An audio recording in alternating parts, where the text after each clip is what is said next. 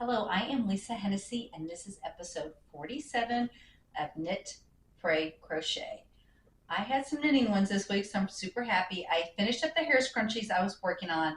I don't have all of them to show you because I gave 4 of them away, but the smaller ones I was working on I still have. So I have these 2 and I knit 4 others. And I think I was working on this baby hat last week and it is finished. So that is ready to go. And then my prayer shawl, I worked on it quite a bit, but because I do get bored, that's why I did hair scrunchies and a baby hat and another surprise I have for you. So basically last week I had this much done and then I finished this much more. So I probably did 10 or 12 inches. I'll just keep knitting and praying over that, and whenever it's God's timing for it to be finished, it will be finished. But I basically have, I got 4 skeins that I'm gonna, once I'm done with that, then I'm finished with it. And I'm gonna crochet around the edge of it because it's kind of wonky on the ends. And then last week I showed you that spoon scrubby that was crocheted, and I said I wanted to come up with a knitting pattern, and I just did something super basic and simple.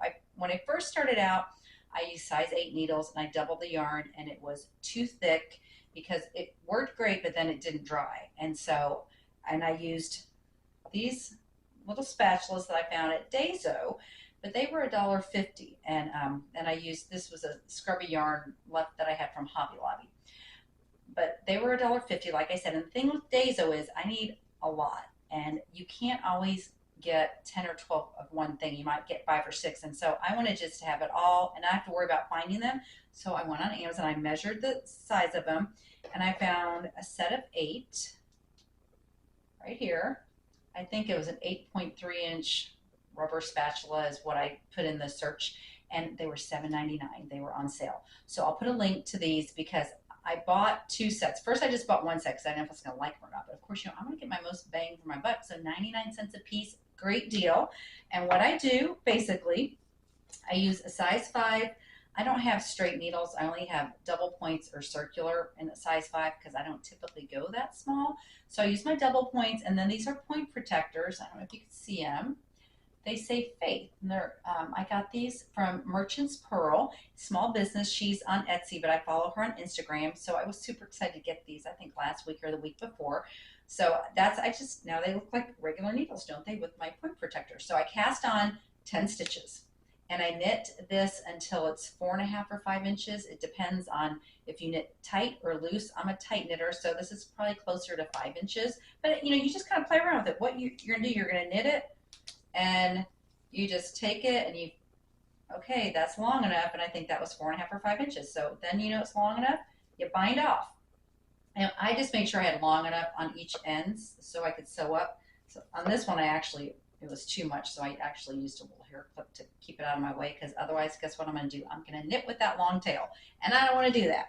So I fold it in half, and I sew up each side, and it's going to look like this when I'm finished, just like a little pocket right here on the bottom.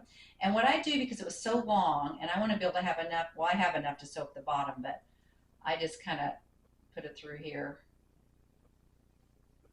So I got both pieces on the end, and then I turn it inside out, which you don't have to. It's so forgiving, this yarn.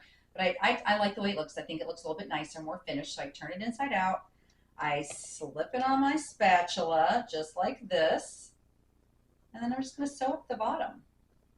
And that's all you got to do. But of course, this is too short. So I got to... But basically, you're just going to sew it up the bottom. And then I kind of go across this back area so I can get the other. And then I'm just going to sew it. That's it. I'm done. And then I'm going to knot it off and just put this. What I typically do is rather than cut it, I just weave it back through here. But this is it. They're finished. And this I'll probably give to one of my friends who's a Texas Tech Red Raider fan. I'm going to give her this red and black one. And then I used Heart Scrubby Sparkle. I like the sparkle. I think it's prettier. And Hobby Lobby's yarn was not on sale, but Joann's had a Labor Day sale, so that's why I bought this. And I bought it in the gray, or the silver, and the red. Both of them are going to look good with all the... I think the silver is probably going to look prettiest on these colors. But the red might look good on the blue. I don't know. We'll see. But this is plenty of yarn to make probably all 16 of the ones that I'm going to have.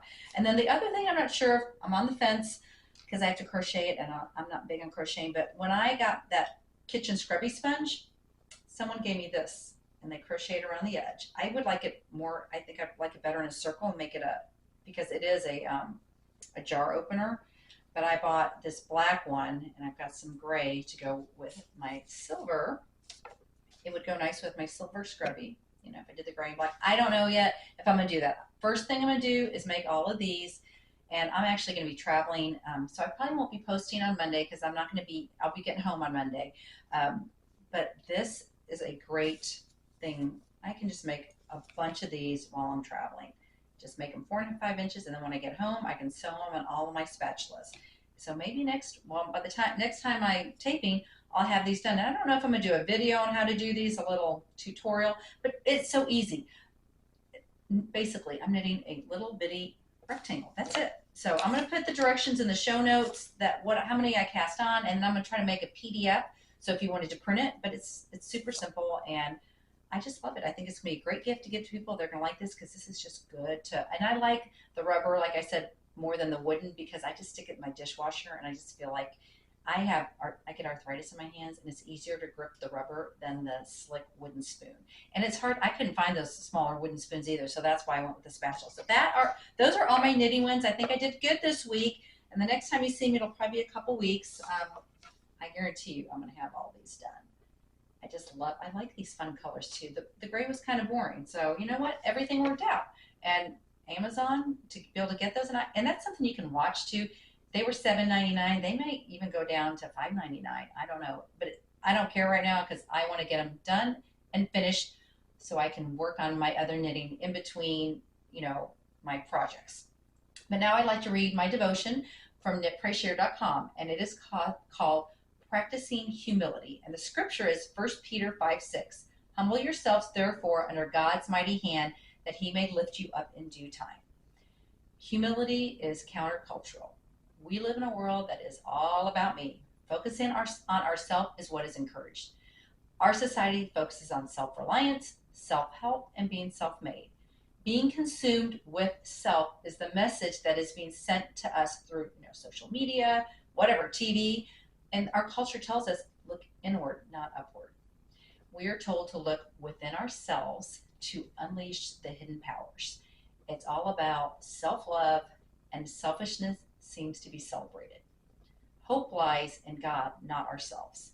However, the world sends quite a different message. It tells you to believe in yourself, and pride keeps us from experiencing God's best for us.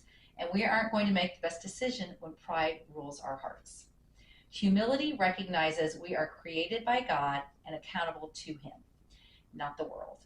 I know nothing I do can be solely done on my own abilities.